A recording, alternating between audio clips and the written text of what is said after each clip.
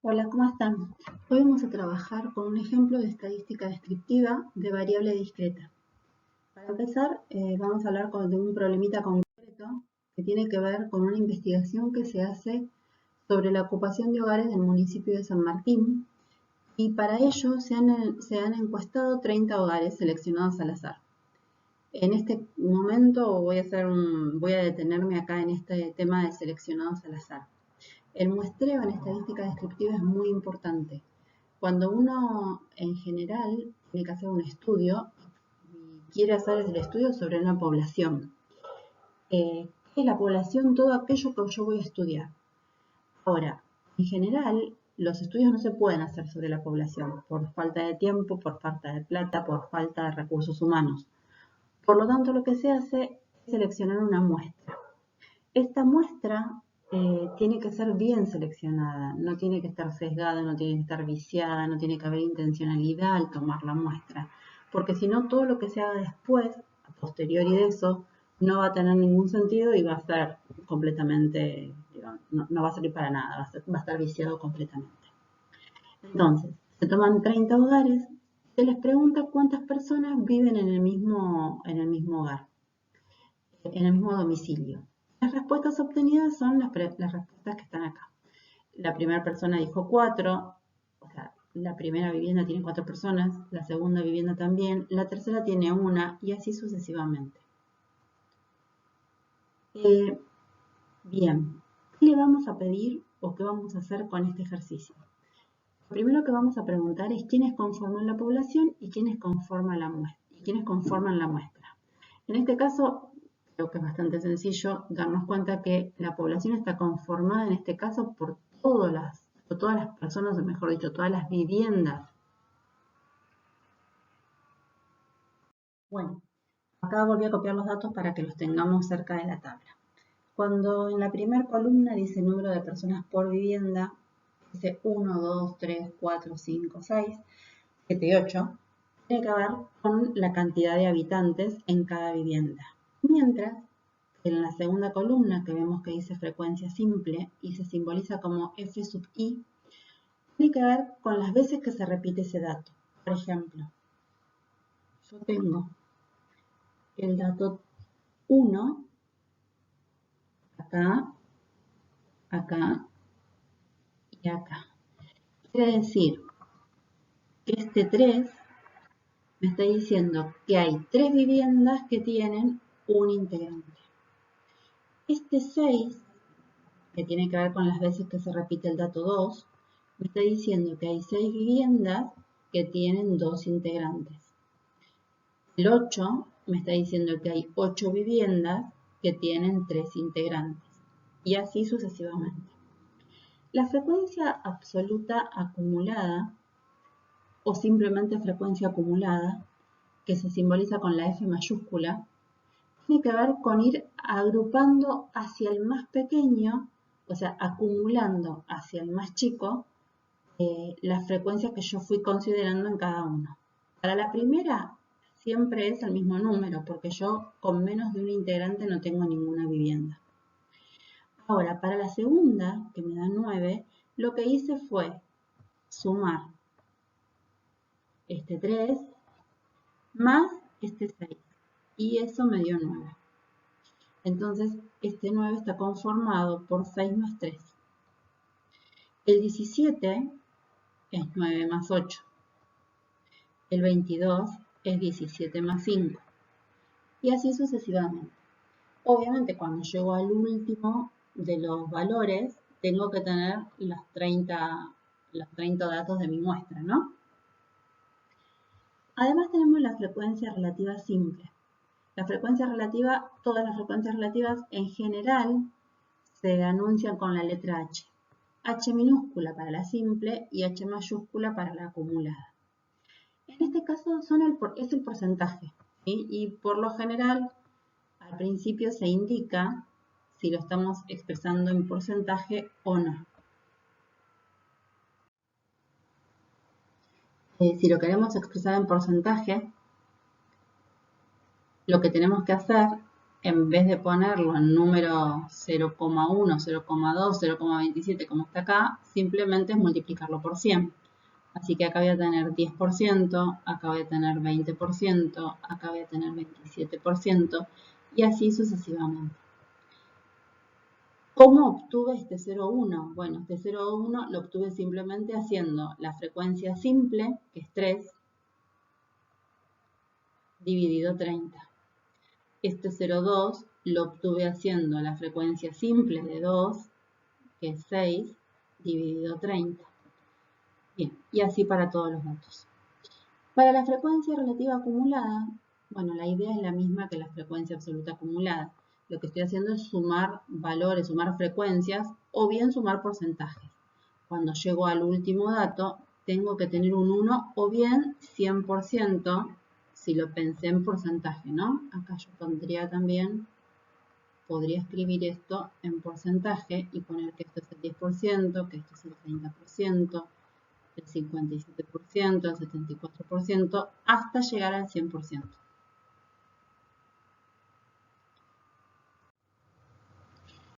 Bien, a partir de los datos construimos un gráfico, ¿sí? En este caso, como es una variable discreta, lo que hicimos fue construir un gráfico de barras. Yo en este caso lo hice en Excel, pero podrían hacerlo en cualquier software estadístico o a regla, ¿no? Y papel, no pasa nada. Bueno, lo que hicimos ahí, tenemos en el eje X el nombre de la variable, o bueno, los datos que involucra la variable, que es, en este caso, para el 1 es un integrante de la vivienda, 2 personas que viven en la vivienda, 3 personas y así sucesivamente. Y en el eje Y, o sea, en el eje vertical, tendríamos los datos de las frecuencias. Si se fijan, yo uní desde la parte más alta, desde el punto medio de cada columna, hacia la siguiente. Ese diagrama, unido por segmentos, que en este caso son rojos, se llama polígono de frecuencias. Los polígonos de frecuencias sirven cuando uno tiene que mostrar distintos gráficos encimados porque los tiene que comparar. Entonces, saca las barras y lo único que hace es conservar los polígonos. Hay distintos tipos de gráficos, no es el único, pero uno debería, en general, hay gráficos más convenientes para algún tipo de variable y otros gráficos que convienen más para otro tipo de variables. Por ejemplo, si yo no dejo espacio entre estas barras, ese gráfico se llama histograma y es más conveniente para una variable continua. Para hablar un poquito de las medidas de posición, medidas de dispersión, que son los dos grupos de medidas que vamos a trabajar, vamos a comenzar con las medidas de posición. Dentro de ellas hay unas cuantas.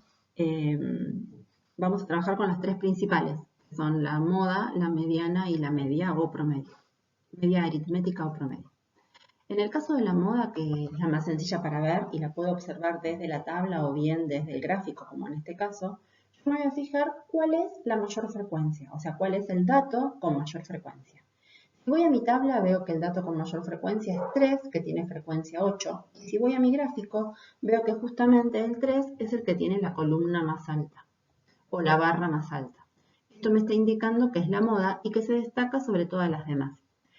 ¿Siempre una distribución tiene moda? No, a decir verdad no, porque puede ser que los datos estuvieran muchísimo más parejos, o que por ejemplo el dato 3 estuviera repetido en varios casos y fuera el 4 el dato más alto, y entonces en ese caso no habría moda, porque la moda se tiene que destacar, es una frecuencia que tiene que estar por encima de todos los demás datos.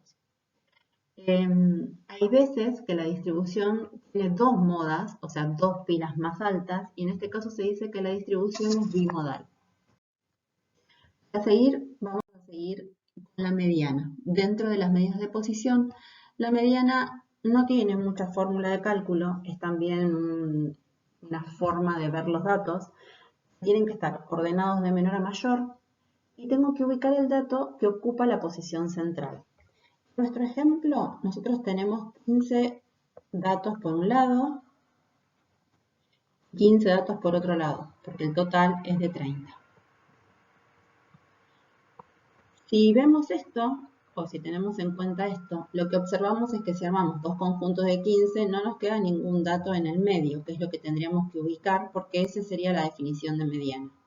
Entonces lo que vamos a hacer es tomar los primeros 14 datos, desde el dato 1 hasta el dato 14. Voy a dejar el dato 15 y el dato 16. Los voy a tener en cuenta ahora más adelante. Y lo que voy a seguir después es con el dato 17 al dato 30. Entonces, tengo dos conjuntos, del dato 1 al 14, inclusive ambos, del dato 17 al 30, inclusive ambos. Me quedaron el dato 15 y el dato 16, que son los dos datos que ocupan la posición central. Si yo veo a mi tabla, veo que el dato 15 es 3, ahí tengo que ir a mirar frecuencia acumulada, y veo que el dato 15 es 3 y que el dato 16 es 3, dato 15 y dato 16. Entonces lo que hago con esos datos es promediarlos. Hago 3 más 3, en este caso obviamente va a dar 3, pero podría ser que no si fueran distintos, ¿no? Y entonces voy a decir que la mediana es 3. Como a veces no es fácil de entender esta situación, vamos a hablar un poquito en un ejemplo, vamos a verlo con un ejemplo más sencillo. Cuando yo tengo menos datos, como por ejemplo en estos dos ejemplitos que tengo acá, en este y en este, voy a tener dos situaciones, número de datos impares o número de datos pares. Si el número de datos es impar, es bastante fácil ver quién es la mediana, porque voy a poder encontrar fácilmente mi dato del medio. Entonces voy a tener, por ejemplo, los dos primeros datos y los dos últimos datos. Y el 6, en este caso, va a estar siendo mi mediana porque es el dato que ocupa la posición central. En este caso, este 6 es el dato 3, ¿no? Es este. Está ocupando la posición central. Ahora, si yo tengo un número par de datos, tengo que hacer lo que hice antes con mi ejemplo. Lo que tengo que hacer es armar dos grupos más pequeños, o sea, no tomar 3 y 3, sino tomar 2 y 2, dejarme los dos datos del medio para poder promediarlos. Y entonces en este caso me va a dar 6 más 6 dividido 2 igual a 6, y en ese caso va a ser la mediana. ¿Podría haber sido 6, 7, 7, 10? Sí, y en ese caso la mediana podría haber sido 6,50, por ejemplo. Pero bueno, ahora en este caso la mediana está conformada por el dato 3, el dato 4 y el promedio de ellos dos. En general lo que se hace cuando tengo un número alto de datos es siempre mirar la tabla de distribución e ir a fijarnos en todos los casos en la frecuencia acumulada. Algo bastante sencillo para hacer es considerar una formulita que es cómo encuentro el dato del medio. Y bueno, lo que tengo que hacer es n más 1 dividido 2, y eso me da el dato, mejor dicho, eso me da un número. Tengo que encontrar los dos enteros que contienen ese número. Por ejemplo, en el ejemplo de recién, ¿no? En este del número par de datos, tengo 6 datos. Entonces voy a hacer 7 dividido 2, 3,5. El dato 3,5 no existe, pero el 3,5 está contenido por el dato 3 y el dato 4. Y entonces voy a promediar dato 3 y dato 4 y voy a conformar la mediana. Bien, la última medida de posición que vamos a ver, y es la primera de las que vemos que tiene fórmula, es la media aritmético promedio, que es algo que ustedes vienen trabajando desde hace tiempo, incluso cuando iban al colegio, calculando los promedios de notas. Y bueno, es simplemente eso, es la suma de todos los datos dividido el total de datos. Lo que yo hice acá, a la derecha, lo que tienen acá abajo en verde es la fórmula, ¿no? Lo que hice acá en la derecha es hacer la cuenta para nuestro ejemplo.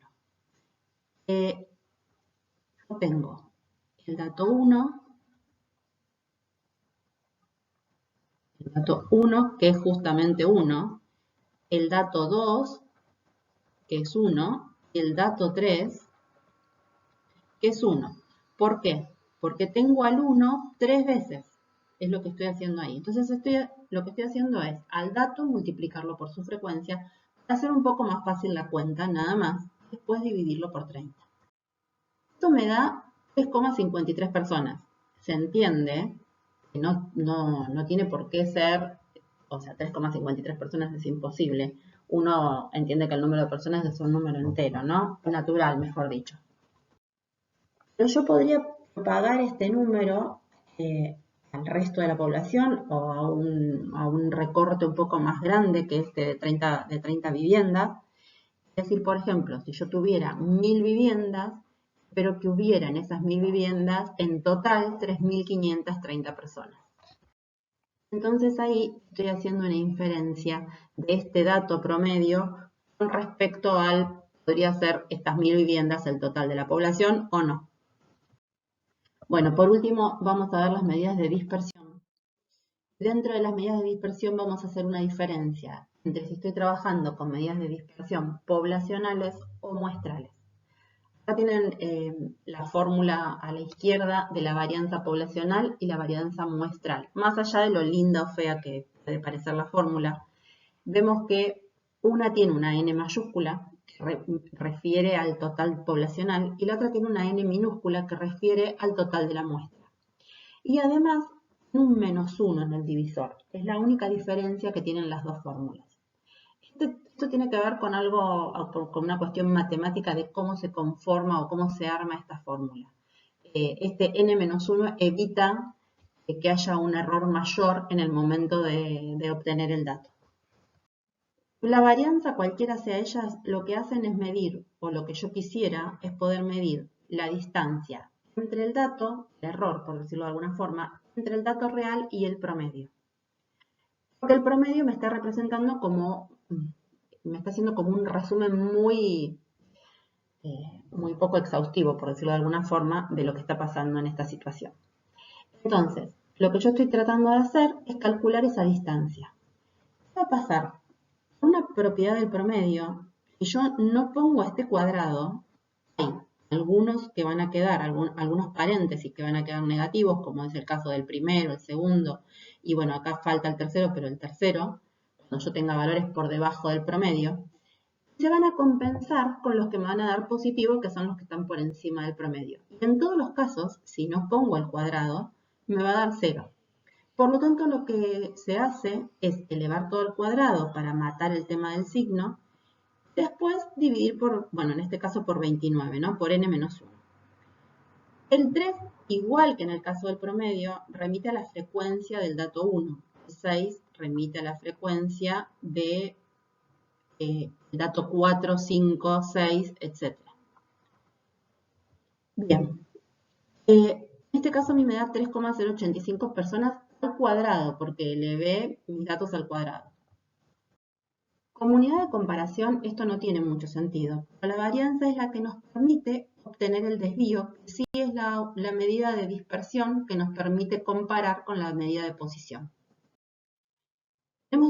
Tenemos varios desvíos. Nosotros vamos a trabajar con lo que se llama desvío estándar y de nuevo tenemos el desvío poblacional o el desvío muestral. El desvío es simplemente la raíz cuadrada de la varianza. En este caso, si yo hago la raíz cuadrada de 3,085, me da 1,75 aproximadamente, 1,8 podría decir, personas.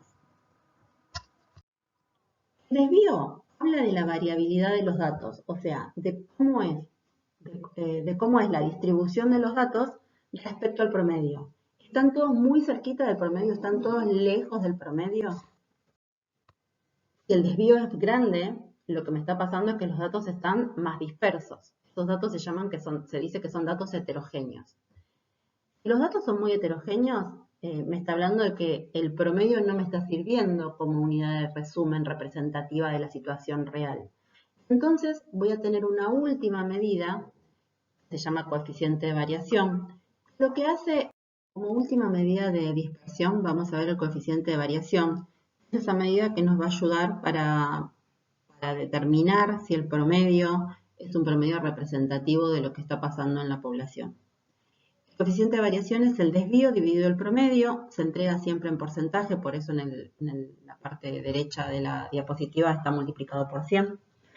Tenemos como ciertos puntos de control. El coeficiente de variación es pequeño, habla de un desvío pequeño, y eso nos va a decir el promedio está bien y que los datos están muy relacionados con ese promedio o muy cercanos a ese promedio. Si está entre 0 y 15, vamos a decir que la media es muy representativa. Si está entre 15 y 30, va a depender un poco del estudio que estemos haciendo. Si estamos haciendo un estudio como el que estamos haciendo nosotros, que es un estudio social en este momento, estaría bien que estuviera alrededor del 30%. Si estamos haciendo un estudio que tiene que ver con algo que se está produciendo, con una medida determinada, con un peso determinado, eso me estaría diciendo que está bastante mal, porque yo necesito que todo lo que salga de una línea de producción sea bastante similar. Entonces, un desvío un poco alto, que me va a indicar un coeficiente de variación alto, no me estaría haciendo un buen dato, ¿sí? Si está más allá de 30, en general se dice que la media no es representativa. En nuestro ejemplo, esto nos da cercano al 50%. Bueno, vamos a decir entonces que el promedio no es un valor representativo para el resto de la población. ¿Qué hacemos en ese caso? Y bueno, se pueden hacer varias cosas. Primero, ver si no hice algún lío en los datos, en la toma de datos, en la toma de muestral, o tendría que revisar un poco cómo estoy haciendo estas cuentas. Y bueno, y por otro lado, hay veces que la variable es una variable que sí, es muy heterogénea, que tiene datos muy dispersos y que entonces no hay forma de disminuir ese coeficiente de variación. Bueno, por último les quería mostrar cómo están ubicadas las medidas de posición, la moda, la mediana y el desvío respecto al gráfico de barras, ¿no? Si ustedes se fijan, la moda y la mediana están cerca del promedio. El promedio es un poco mayor. Esto se ve claramente porque la distribución tiene una cola larga hacia la derecha. Se llama así, se llama distribución asimétrica a derecha. Y esto está indicando, bueno, que hay la asimetría y por otro lado la kurtosis son dos medidas de forma que nosotros no vamos a ver, pero bueno, solamente para nombrarlas y para que sepan de su existencia, la asimetría tiene que ver con cómo se distribuyen los datos a derecha o también podría ser izquierda y en ese caso el promedio, la moda y la mediana me hubieran quedado hacia la derecha de los datos, con la cola hacia el otro lado, hacia los datos inferiores. La kurtosis, que es la otra que nombré recién, tiene que ver con cuán puntiaguda es la curva, ¿sí? Hay tres tipos también de kurtosis, que bueno, son leptocúrticas, platicúrticas y mesocúrticas. Nosotros no vamos a trabajar mucho con eso, pero si alguno quiere buscar información al respecto, es un tema bastante interesante porque del gráfico nada más uno puede tener una idea de la distribución de los datos.